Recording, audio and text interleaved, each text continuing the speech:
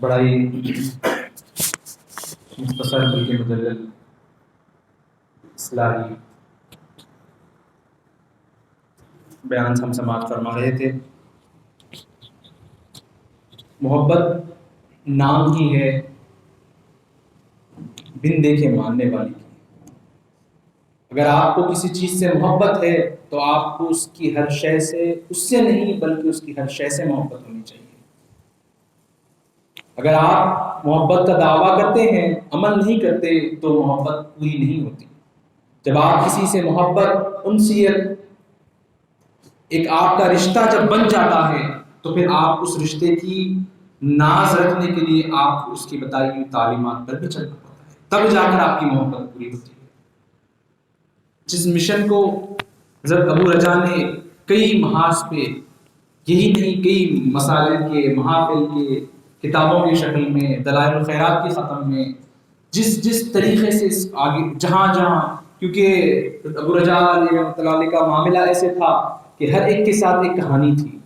آپ یہاں پر پوچھ لیں، ہر ایک کے ساتھ ایک کہانی تھی، ایک رشتہ تھا، ایک اپناپن تھا۔ اس جہاں جہاں جس کو جہاں جو تعلیم ملی ہے، ہمارا کام یہ ہے کہ اس کو ہم آگے لے کے چلیں۔ ہمارا آنے والی نسلوں کا، اگر ہم یہ کام آگے نہیں بڑھائیں گے تو ہماری آنے والی نسلوں کو بالکل نہیں پتہ چلے گا۔ یہ ہمارے اسلاف نے، ہمارے بڑے بزرگوں نے، ہمارے والد نے، ہمارے والد کے والد نے، ہمارے مرشد نے، ان کے مرشد کے مرشد نے تعلیمات کو آگے بڑھاتے ہوئے ہم تک پہنچایا۔ اب یہ ہمارا فرض ہے کہ ہم اور آگے بڑھائیں، کیونکہ ایک ولی کی، ایک عالم کی کا انتقال یا موت ایک عالم کا نہیں بلکہ پوری انسانیت کا ہم نے سنا ہے۔ تو اس مشن کو، اس کاز کو ہمیں آگے بڑھانے کا ہمارا فرض ہے۔ تو اس مجلس کو میں آگے بڑھانے کے لیے میں اگلی ہمارے مہمان خصوصی میں سے دعوت دوں گا کہ حضرت مولانا عرفان اللہ شاہ نوری چشتی قادری صاحب بانی مدرسہ سیف الاسلام سے کہ وہ آئیں اور چند کلمات سے ہمیں سرفراز ہوں۔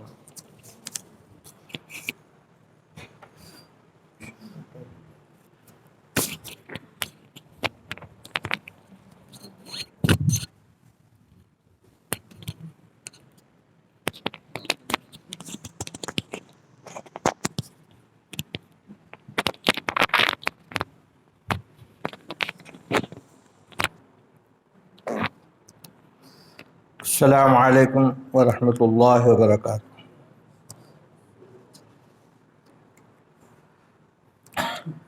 نحمدہ ونصلی علی رسولہ الکریم، اما بعد، قال اللہ تعالی فی القرآن المجید والفرقان الحمید، اعوذ باللہ من الشیطان الرجیم، بسم اللہ الرحمن الرحیم۔ یا ایہا الذین آمنوا ادخلوا فی السلم کافہ ولا تتبعوا خطوات الشیطان انہ لکم عدو مبین۔ صدق اللہ العظیم وصدق رسولہ النبی الامین الکریم، ونحن علی ذلک لمن الشاہدین والشاکرین۔ وقال تعالی فی شان حبیبہ الکریم، ان اللہ وملائکتہ یصلون علی النبی یا ایہا الذین آمنوا صلوا علیہ وسلموا تسلیما۔ اللہم صل علی سیدنا نبینا مولانا محمد وعلی آل سیدنا مولانا محمد بارک وسلم۔ قابل صد احترام نگران جلسہ حضرت مولانا ڈاکٹر مصطفیٰ شریف صاحب نقشبندی قادری حفظہ اللہ تعالی، مہمان گرامی حضرت مولانا سید شاہ غوث محی الدین سہیل بخاری نقشبندی مدد اللہ، حضرت مولانا سید شاہ مولانا خواجہ شاہ بہاؤالدین فاروقی نقشبندی حفظہ اللہ تعالی، اور دیگر اسٹیج پر جلوہ فرما بزرگوں اور دوستوں، حاضرین کرام، اللہ تعالیٰ جل شانہ کا احسان عظیم ہے کہ اس نے ہمیں حضور سراپا نور ختمی مرتبت آقا نامدار فخر موجودات سرکار دو عالم نور مجسم حضرت سیدنا محمد مصطفیٰ احمد مجتبی صلی اللہ علیہ وسلم کی امت بابرکت میں پیدا فرمایا اور ہمیں اس کا فخر عطا فرمایا، اور آج ہمیں اپنے گھر میں اپنے ایک ولی کی یاد میں جمع فرمایا۔ الحمدللہ علی احسانی۔ ابھی آپ حضرات پیش رو محترم مختار شاہ صاحب سے سماعت فرما رہے تھے، اور پھر داعی و ناظم جلسہ محترم انس میاں صاحب سے بھی آپ نے سماعت فرمایا کہ آج کے اس اجلاس کا مقصد یا اولیاء کرام کے یاد کے مجالس کا مقصد کیا ہوتا ہے۔ مقصد صرف آمدن گفتن رفتن نہیں ہے، بلکہ کچھ یہاں سے فیض لے کر جانا ہے۔ مثال بھی آپ کو دی گئی کہ مکھی بیٹھتی ہے، مکھی تو کچھ فیض لے کر اٹھتی ہے۔ ہم تو اشرف مخلوق ہیں، پھر اشرف مخلوق میں رب تبارک و تعالیٰ نے خیر امت کا خطاب ہم کو دیا، اس کے باوجود ہم اس انداز سے اس محفل سے نہیں جا سکتے۔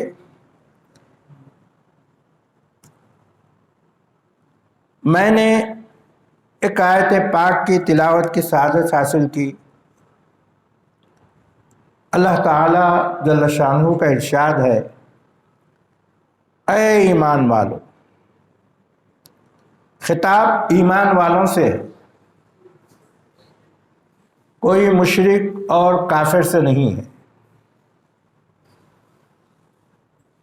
یا ایہا کی تشریح میں حضرت مولا کائنات باب العلم رضی اللہ تعالیٰ عنہ ارشاد فرماتے ہیں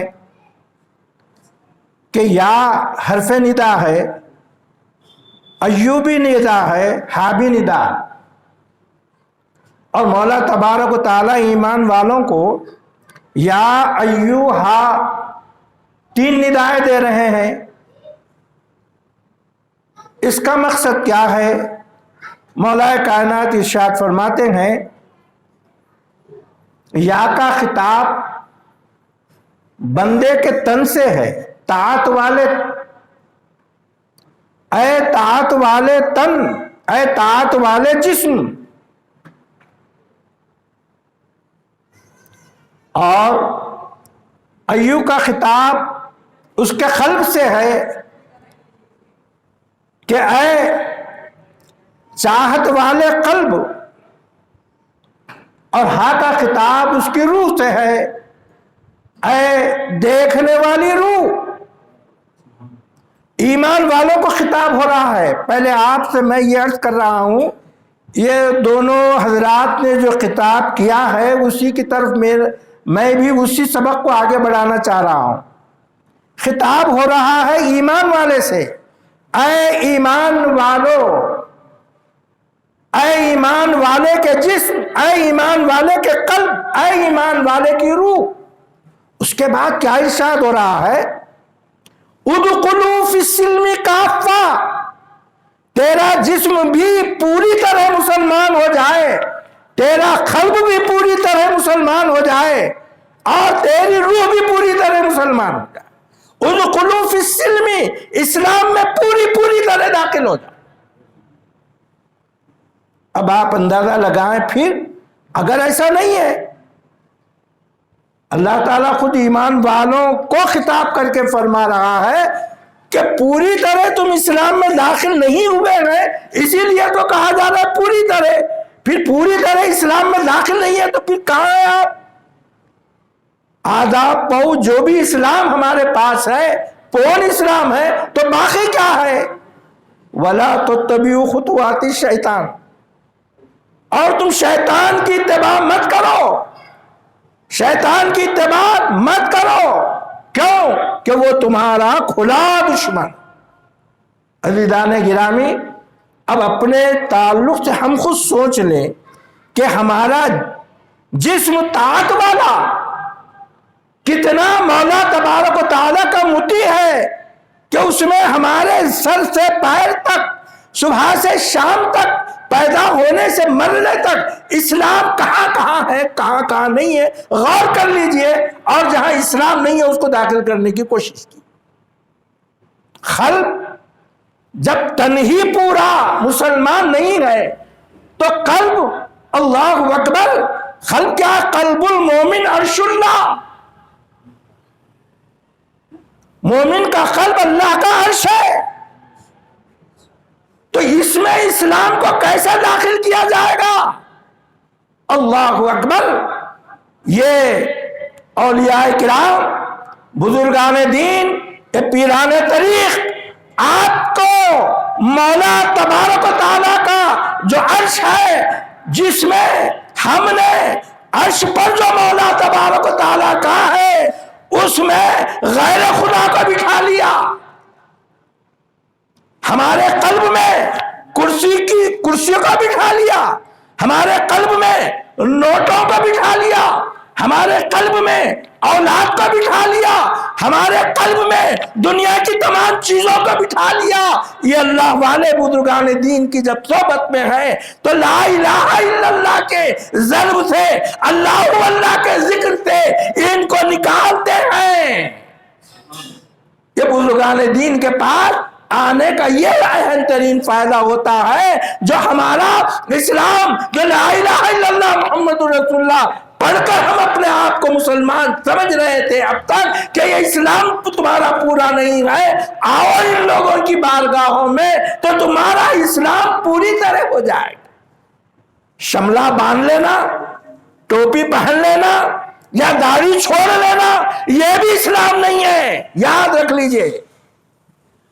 کئی مرتبہ ہمارے نگران جلسہ نے ارشاد فرمایا کہ میں گیا، بہت بڑا اجتماع ہے ہزاروں کا، پیر و مرشد حضرت قبلہ تشریف فرما ہے، عصر بھی چلے گئی، مغرب بھی چلے گئی، عشاء بھی چلے گئی، مریدوں پڑھ رہے نماز، حضرت قبلہ کو کوئی تعلق نہیں۔ تو وہ کون ہے؟ شیطان ہے۔ وَلَا تَتَّبِعُوا خُطُوَاتِ الشَّيْطَانِ، ایسے شیطانوں سے بھی آپ کو بچنا ہے۔ جبہ دارا دیکھ لیے چلے گئے، شیطان ہے جس کی صحبت سے تمہاری نماز ضائع ہو رہی ہے، وہ شیطان ہے۔ تمہاری اس کی صحبت سے تمہارے دین میں خلل پیدا ہو رہا ہے، یاد رکھ لیجیے وہ شیطان ہے۔ اس کو مسلمان، اس کو پیر و مرشد یا اس کو اپنا رہبر سمجھنے کی ضرورت نہیں۔ قلب، روح کا معاملہ تو اور اونچا ہے، دیکھنے والی روح۔ اللہ کے حبیب صلی اللہ علیہ وسلم سے پوچھا گیا کہ احسان کیا ہے؟ ارشاد فرمایا کہ احسان یہ ہے کہ تو اللہ کی عبادت ایسی کر کہ مولا کو دیکھ رہا ہے۔ ان تعبد اللہ کانک تراہ فإن لم تکن تراہ فإنہ یراک۔ اگر تو اس میں صلاحیت نہیں رکھتا دیکھنے کی تو یہ سمجھ کم سے کم کہ مولا تجھ کو دیکھ رہا ہے۔ اب اندازہ لگاؤ، جو کوئی چھوٹی سی مثال روزانہ آپ کے ہمارے مشاہدے میں آتی ہے، جب آپ نکلتے ہیں بازار میں، چورستے پر پولیس والا کھڑے رہ کر آپ کو روک دیتا ہے، اگر آپ رانگ سائڈ ہوتے ہیں تو چالان بھرنا پڑتا ہے. آج کل تو کیمرے کے ذریعے سے تمام معاملات آپ کا حساب و کتاب ہو جا رہا ہے, گھر پر آپ کے چٹھی آ جاتی ہے. دیکھیے جس وقت آپ کو یہ احساس ہوتا ہے کہ ادھر کیمرہ ہے یا ادھر پولیس والا ہے, کٹ مار کے ادھر چلے جاتے. کیوں کہ وہ دیکھ رہا ہے. خدا کی قسم اللہ تبارک و تعالیٰ کو آپ یہ جانتے ہیں وہ حاضر و ناظر ہے, وہ دیکھ رہا ہے, وہ ہماری نظر میں. عزیزان گرامی, تو کوئی بندہ مولا کی مرضی کے خلاف اپنا قدم اٹھا سکتا ہے, اپنی زبان کھول سکتا ہے, اپنی آنکھ سے مرضی مولا کے خلاف دیکھ سکتا ہے, اپنے کان سے مرضی مولا کے خلاف سن سکتا نہیں سن. صرف یہ احساس اور ادراک ہم کو پیدا کرنے کی ضرورت ہے. اور یہ سب کہاں ہوگا؟ جو اللہ والوں کے پاس ہوگا, بزرگان دین کے پاس ہوگا. اور اس کی شناخت یہ ہے جن کی صحبت میں تمہیں اللہ تبارک و تعالیٰ کا راستہ ملتا ہے, جن کی صحبت میں مولا تبارک و تعالیٰ کی یاد ملتی ہے, مولا کی یاد کا پتہ ملتا ہے. اللہ والوں سے حضور پاک علیہ السلام سے سچی محبت پیدا ہوتی ہے, اور جو ہے ان کی طاعت کا جذبہ پیدا ہوتا ہے. محبت کے ساتھ طاعت کا جذبہ ہونا, اگر طاعت میں غفلت ہو رہی ہے تو وہ ہمارے لیے بہت جو ہے نقصان دہ. عزیزان گرامی, آج کل عقائد کا معاملہ بھی بڑا زوروں پہ چلا. زبانیں اتنی لمبی ہو چکی ہے کہ شیطان بھی نہیں بول سکتا ہے کہ صحابہ کرام رضوان اللہ تعالی علیہم اجمعین کی شان میں گستاخیاں ہو رہی ہیں. ایسے لوگوں کی صحبتوں اور ایسے لوگوں کے بیانوں سے اور ایسے لوگوں سے دور رہیے, اور اپنے ایمان کی سلامتی کے لیے مولا تبارک و تعالیٰ سے رجوع ہو. وقت کا مجھے پتہ نہیں, مگر اتنی ہی گفتگو اللہ تبارک و تعالیٰ قبول فرما لے. اور یہی مشن کو حضرت ابو رجا کا مقصد یہی تھا کہ انہوں نے اپنی بچپن سے جوانی اور جوانی سے آخری عمر تک کہ قوم کی اصلاح اور قوم کو سدھارنے میں, ان کو پیام رسالت ان کے زندگیوں میں جاری و ساری کرنے میں, ان کی روحانیت کو کی بالغی پیدا کرنے میں وقف ہوئے. اللہ تبارک و تعالیٰ ان کے خدمات کو قبول فرمائے, اور آج کے اس جلسے کو قبول فرمائے, اور ان کی آج کی یاد کی محفل کے ذریعے سے پروردگار ان کے درجات کو بلند فرمائے. پروردگار عالم ہمارے گناہوں کو عفو درگزر فرما. بحق لا الہ الا اللہ محمد رسول اللہ.